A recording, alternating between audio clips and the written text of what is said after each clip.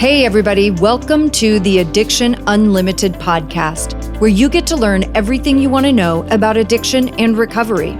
I'm your host, Angela Pugh, co-founder of Kansas City Recovery, life coach, and recovering alcoholic. To learn more about me, you can listen to episode 0 on your podcast app or find us on the web at addictionunlimited.com. Hello, my friends. Welcome to episode number 133 of the Addiction Unlimited podcast. I'm your coach, Angela Pugh. Thank you for hanging out with me today, spending some time listening to the pod. I hope you're having a great day, doing some good fun stuff. The weather is starting to change here in the old KC, and things are cooling off, which I love, love, love. Fall and winter are definitely my favorite time of year. I don't like the heat, and I'm always happy when it leaves. So listen, today we're going to do something a little bit different. I wanted to do a compilation episode. You know, at the end of most of my interview episodes, I always ask people, what's your favorite thing about being a sober person? And I thought this would be a great time to revisit some of those answers. And interestingly, as I was putting this episode together, somebody posted in our Facebook group, they posted, Angela often asks her guests, what's your favorite thing about being a sober person? She says, I'm very early in sobriety, but this is how I would answer right now. It's being able to get in my car at any time of day or night and go to the aid of a friend, family member, or my husband in a time of need without the risk of driving while drunk. And then she went on to ask everybody else, what's your favorite thing? So this fit perfectly, right? I was already going through all these old episodes and some really, really old ones too, way back from the beginning. And I was getting all these clips where we talk about our favorite things about being sober. And then she posted that in the Facebook group. So we're going to talk about some of those responses also. The first one, somebody said, I absolutely agree about the not driving drunk. And one of them I thought was really fantastic too, and you hear this a lot, being able to make plans for early mornings, Saturday and Sunday, and not obsessing about being hungover. How amazing is that? You know, sometimes in 12-step meetings, we talk about people say they forget how bad it was. That's one of the things people say why they drink again or why they fall prey to that. Oh, you can have just one after they haven't drank for a while. They say they forget how bad it really felt. And for me, I will never, ever forget how bad a hangover felt. Never. I will never forget that disgusting feeling that permeated my whole entire body. And ugh, God, I still, I have that taste in my mouth. It's so gross. I just never want to be a part of that again. Somebody else said, waking up on the weekend and feeling great. One of my favorite people, I won't call him out by name, but he knows who he is. One of my favorite Facebook group members. He's incredible. He's been around since the beginning. He's active. He's awesome. His sobriety is strong. He said, thank you for sharing this. When I first got sober, I used to think to myself how cool it was that I could go anywhere at any time of the day or night because I wasn't too drunk to drive. It was a beautiful feeling of freedom that I didn't have when I was isolating and drunk all the time. My favorite thing about being sober now is that I actually like the person I am and continue to become. I'm proud of being sober and proud of my journey. Right on. All of that is fantastic. And you guys know, I am such a fan of recovery and personal development and really getting to build myself into the person I've always wanted to be. And I so appreciate that he said that too. I actually like the person I am. And that was something I definitely could not say when I was a drinking person. I did not like me. I knew there were pieces, like the true me that were way down deep, I knew that those were really good pieces and that they were in there somewhere. They were just so drowned out by alcohol, I couldn't find them for a long time. Okay, here's another one. I have a feeling of freedom and my heart and mind are lighter.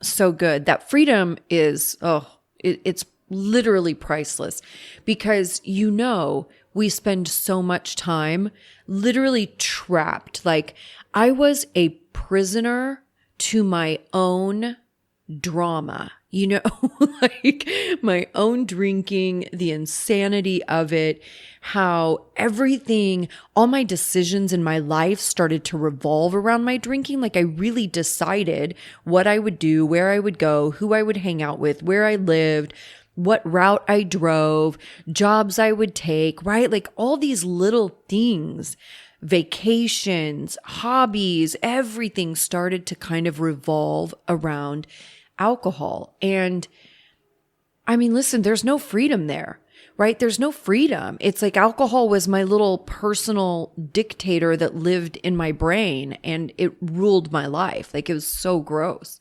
So that freedom is priceless. And I love to always appreciate that I have so much freedom now, freedom of choice. I have the freedom to be in a crappy mood and I have the freedom to not be in a crappy mood if I don't want to. I have friends who I love and love me. I have support like I've never had before. The freedom is incredible. Another one says, not hating myself first thing every morning is pretty great. Wow, how many of us can relate to that? I always thought that I would die. I really believed I would die. I didn't have any plans for my future. I never thought about what my life would look like because I thought I was going to die. I really thought at some point I would go to sleep one night and I would just not wake up in the morning because I drink. I'm such a little tiny person. I mean, I'm like 5'2". When I was drunk, I was not even 100 pounds. So I'm this little tiny person. And I literally drank enough for 3 or 4 people. I mean, it was disgusting. And I just always thought, like, at some point, my body's going to give out. Like, you can't drink like this every day and live, right? So that's kind of always what I thought. I would just go to sleep one night and I wouldn't wake up. And when I would wake up in the morning, the first thought I would have when I realized that I was still alive is I was angry. That's how I started my day, angry. At the very end, angry that I was alive. Before that, it was angry that I had to wake up or angry that I was hungover. But at the end, it literally was angry that I was alive. I hated myself. I hated my life. I hated booze. Like, what a terrible way to start your day, Somebody else said, I feel truthful, open, authentic, and I love my sober mornings. Oh, such a good one. And another one is just over 2 years sober, but I absolutely love being able to jump in the car and help people out. It's so liberating. Yes, for sure. I had a girlfriend, like I don't have kids or a husband or anything. So a lot of this stuff, when you guys talk about it, is I learn too, right? Because you have different experiences than I do. And one of my girlfriends who I adore, and I have so much respect for her as a mother, Leah, she always said to me, one of the reasons that she didn't drink very much. I mean, she's a terrible alcoholic, you guys. She's the person that will like sip on a glass of wine, like leave 3/4 of it on the table. Like she really does not care about alcohol at all. But that was what it was about. She's got 2 sons. And she's like, I just think like if something happened in the middle of the night, which with kids, obviously there is a level of unpredictability, something can happen sort of anytime. And she's like, I just always think if something happened in the middle of the night, like I have to be able to care for my children. I have to be able to rush them to the ER if necessary or do whatever. Like I have to be able to care for my children. I have to have a clear mind. And I love that. That's so, so good. And what a great motivator. This one I love too. She says, waking up and planning my day instead of piecing together last night.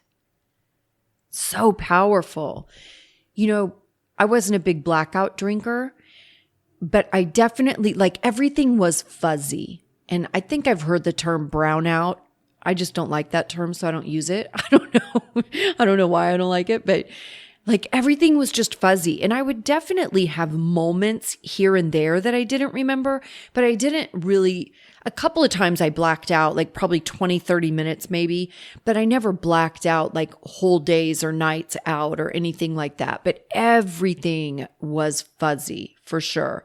And that piecing together the night before and, oh my gosh, what did I say to who? Who do I have to apologize to? I'm so humiliated. That was a normal morning in my life. I love the simplicity of this one too. It says, life is just easier without it. And the last one I'll share says, I'm early into my sobriety as well, and I would say it is waking up in the morning and not feeling regretful for anything, but happy I'm another day sober. Yes. Amen to that. I love waking up sober. It is amazing and feels so good and powerful and liberating and free and something to be proud of every day. So grateful for my sobriety. So let's jump into this, continue this conversation. What's your favorite thing about being a sober person? And I want you guys to think about this and listen to some of the answers. I just grabbed a handful of people, guests who I absolutely adored and had such great interviews with, and I thought their answers were really interesting. And just some snippets, right? This won't be a super long episode, but I just want to put it out there, this fresh reminder of what we're doing and how powerful we are. And that in that powerlessness of drinking, that drinking life and in that habit and being stuck in that cycle, we do have a sense of powerlessness, right? In that we don't really know what's going to happen. I don't really know what's going to happen if I have a drink. I don't know if I'm going to be a hot mess express in 20 minutes or, if I'm going to have 2 drinks and go home. Obviously, I'm going to be filled with regret for sure, but it's just that powerlessness of really not knowing what's going to happen. But knowing 99% of the time I did not drink well. More than that, really, 99.9. I did not drink well, but really embracing that moving into recovery, we are taking so much power back. We have so much power over what our lives look like, over who we are as human beings, how we treat people, how we spend our time, the lives we create for ourselves is really all at our fingertips in recovery. We're going to start with Vance Johnson. Vance was episode number 18, way back in the beginning. And Vance played for the Denver Broncos. He's an NFL player. He is one of the greatest people I've ever met. He is so kind. He has this amazing energy. I think he might have a treatment center now. He was traveling all over, doing speaking engagements and all of this stuff. And I mean, he's been to 3 Super Bowls. It's really crazy. And his addiction story is off the charts, you guys. His story is nuts. And of course, right? This guy, he's an NFL player. He's got the world in the palm of his hand, probably had a ton of money, crazy. I would be completely insane if you put me in that position.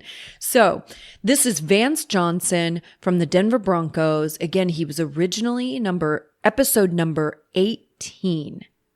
What is your favorite thing about being a sober person? My favorite thing about being a sober person is that I can share truth, that I can be honest, that I stand in front of who I am every single day and talk about my issues with my past addictions, who I am now in my walk with Jesus Christ. And I'm a great father. I'm a great husband, and I'm finding out that it's all really a lot of hard work. Yeah. But I love it. And so I know my purpose. And my whole purpose for being in 3 Super Bowls and having a mighty fall is so I can stand up and talk about truth in sobriety. I live it. How amazing is that? Vance Johnson, standing in my truth, just being who I am and being okay with that. Such a great lesson for all of us. The next one we're going to do is Courtney Friel. I got to meet Courtney Friel. She is a news anchor. She was on Fox News. I think she was on the cover of Maxim magazine at one point. Now she's in Los Angeles. She's beautiful, vibrant, hilarious. She's a mom. She's very serious about her work. And she had a very serious drinking and drug problem. She's got some great stories. Courtney was episode number 60. Courtney Friel. What is your favorite thing about being a sober person? I think just having real moments with people and being able to remember everything and really be present for stuff and to show up for people in my life and not flake out on them and remember their birthday and, have my mom say like, you're such a sweet, you're back to your sweet self. Like that's so nice of you. Like to remember, like I'm so much better at my job. Everything is better. I'm healthier. And a great response, right? Everything is better. It's so true. I don't know that I got better at my job necessarily. I probably did I definitely did in the ways that I started showing up on time. And I appreciate that she talked about that stuff too, right? Because you guys have heard me say being dependable became very important to me. I wanted to start following through on things, showing up when I say I'm going to show up, calling when I say I'm going to call, being on time. All those things are being dependable. That became very important to me. I never cared about that in my drinking. But yeah, I love everything is better. It's just that simple. Everything is better. Next up, we have Russ Perry. Russ Perry is an entrepreneur and someone I really admire, certainly from a business standpoint, also from a sober standpoint. He was episode number 56. Russ Perry, what is your favorite thing about being a sober person? I have nothing to hide. Oh, that's so good. I have 0 secrets in my life now. And that didn't happen magically when I got sober. It wasn't like, you're sober. It's like being baptized or something, you're done. But it gave me the foundation to be radically honest with my past and my truth. And that it's kind of like a bulletproof vest I now wear, where it's like someone wants to talk about the mistakes I've made. Great, I wrote a book on it. Right. But that certainty, transparency is so empowering. Yeah, that certainty is what comes from that. And I now have like a massive amount of clarity and certainty. And I don't have all the answers, but at least I'm really clear on who I am and where I'm at. If I remember correctly, didn't we just do an episode about keeping secrets? Another fantastic answer, and something I think we can all relate to, when you get to let go all of the dishonesty and all of the stress and anxiety that goes around hiding things. I think you heard me talk about this maybe in just the last week's episode too, in one of the reasons that people stay drunk, right, is being so concerned with hiding what's really going on. It really will eat up all of your energy. And you've probably heard the saying, secrets make you sick, or you're as sick as your secrets. And that's really what it's about. It just takes a lot. It takes a lot to hide things. And what happens to us internally when we're hiding things and keeping secrets is you naturally feel bad about yourself, just like I talked about in that episode. The problem with secrets or being secretive, keeping secrets, is You're hiding things because you don't feel proud of those things and you don't want to share them. You don't want people to know those pieces of you or your life. There's shame and embarrassment. And when the underlying feelings are shame and embarrassment, what do you think is going to happen? You feel like crap about yourself. And what does addiction need to thrive? It needs you to feel like crap about yourself. So when you get to let that go and just not have anything to hide and not even care to tell a lie anymore because it's just too high maintenance and it causes too much drama, it is like a 1,000,000-pound weight is lifted off of you. And it's a true sense of freedom, right? I don't have anything to hide anymore. I'm not dodging phone calls. I'm not like looking around in the store because there's people I don't want to see because I humiliated myself in front of them, or people I don't want to make amends to, or whatever. I don't have any of that. There's nothing that happens in my life that isn't sort of an open book at this point. Secrets keep you sick.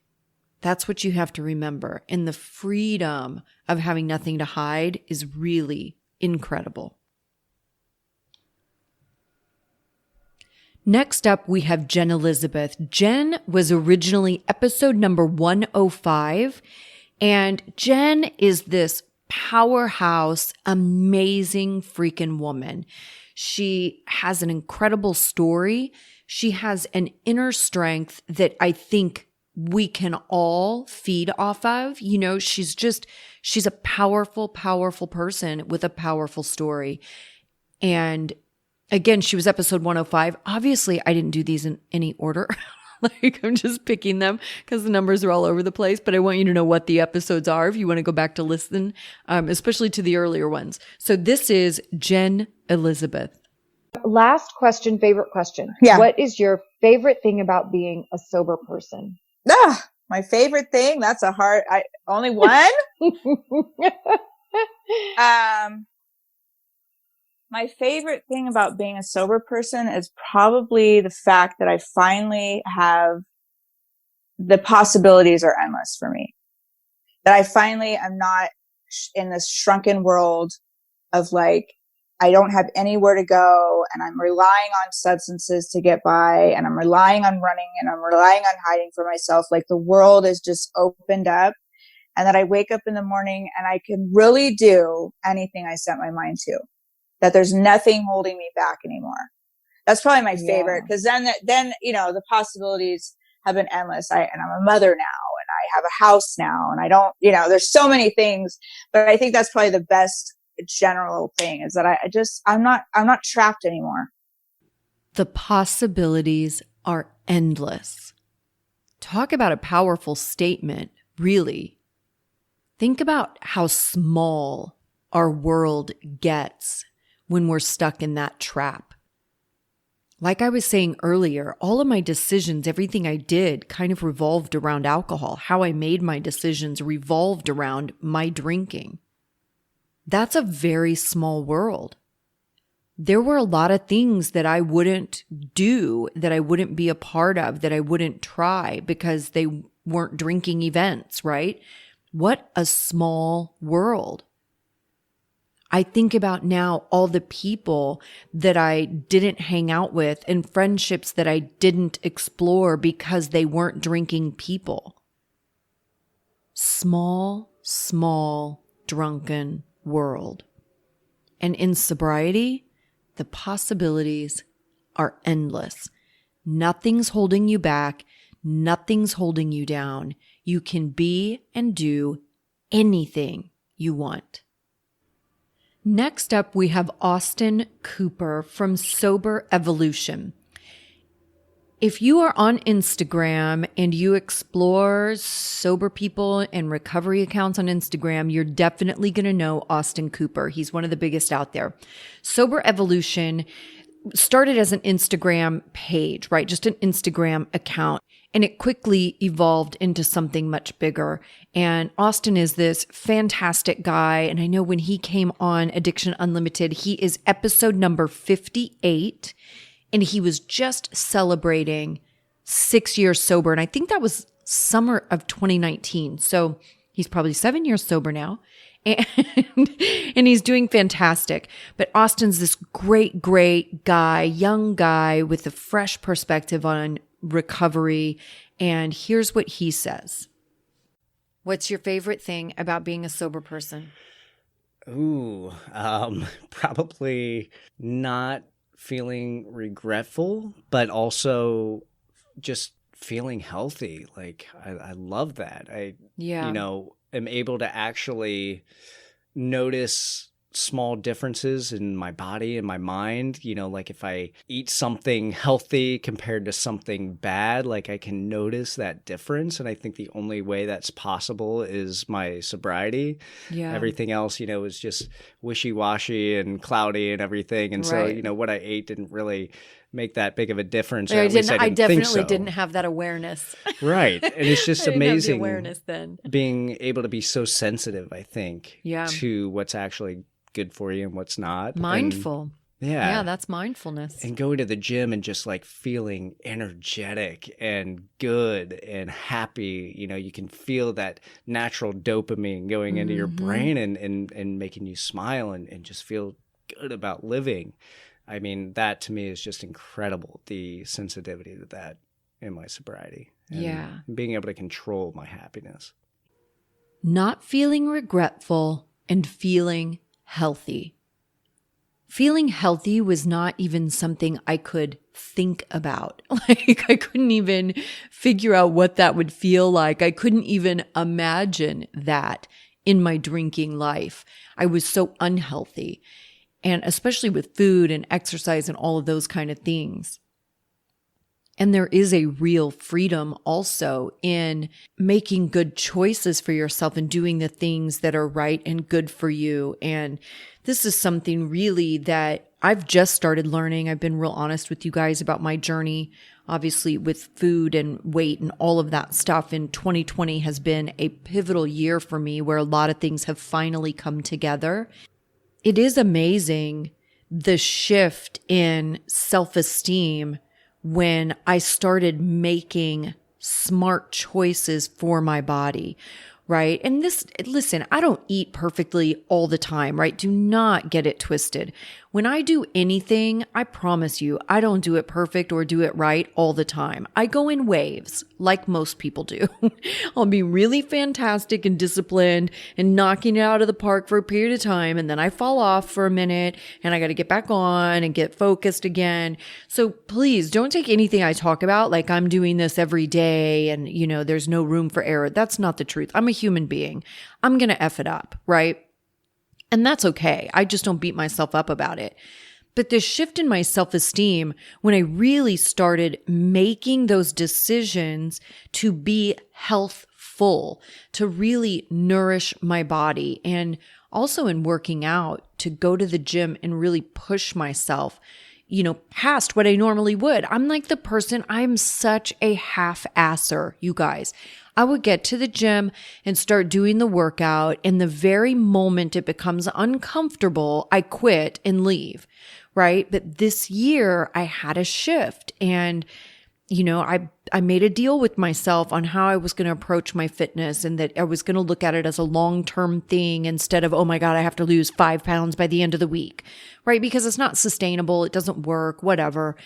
But it is an incredible shift in my self-esteem and has made me an even stronger, more competent, and more confident person being in this part of my own journey. And I so understand now how people get so much into fitness when they get sober. It so makes sense to me now because I'm finally getting it. And this brings me to the final clip that I'm going to share for this episode with you guys. This is Jen Couch from Sober Sis, who is one of my favorite people. Jen's episode is hands down, still to this day, she's episode number 29 originally. And then I did a re-release because she is my most popular episode, the most downloaded always episode, like every month, is Jen Couch from Sober Sis. She was originally episode number 29. She has an incredible story. She's a very kind soul. Here is Jen Couch. What is your favorite thing about being a sober-minded person? Oh, I like that. I think just the clarity and the consistency. I love that I've got a clear mind 24/7. Yeah. I'm never in and out of pre-drinking, drinking, after drinking, the hangover, the recovery from the hangover, the getting back up, the drinking again.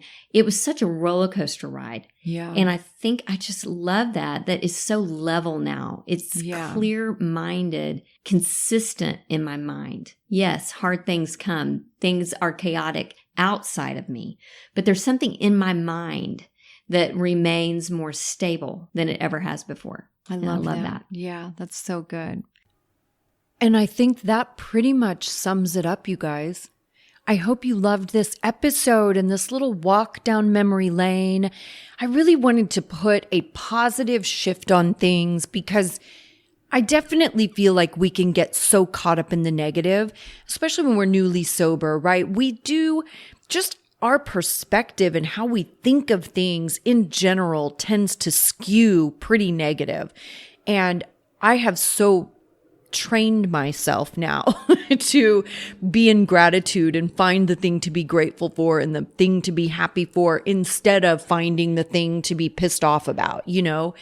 And I wanted to just get back to a really positive spin on things in that this isn't a drag. You know, getting sober isn't about losing something. It's about gaining your life and starting a new chapter of your life and all the power and freedom you have in that. And be happy for that. Embrace that. Stop being so mad about everything and worried about your old life and what are people going to say and whatever. Like, be proud of yourself that you're making a strong choice and that is not going to be easy. It is going to be powerful and big and worth it. I hope you guys are having a fantastic day. If you want to talk more about this episode, get over to that Facebook group, Addiction Unlimited on Facebook. It's a private group. Nobody can see you're in there except the other people in there. And we love to have discussions about the episodes in the Facebook group. So if you want to share with us what's your favorite thing about being a sober person, get your happy little buns to the Facebook group, and I will see you there. Have a great day, you guys. I'll see you next week. You've reached the end of another great episode of the Addiction Unlimited podcast. Candid and honest conversation about addiction and recovery. Be sure to visit us at addictionunlimited.com to join the conversation and access show notes and links to everything we talked about. Love this episode? Please take 30 seconds to subscribe, rate, and review on iTunes to help us improve and give you the information you want. Thanks for listening. See you next week.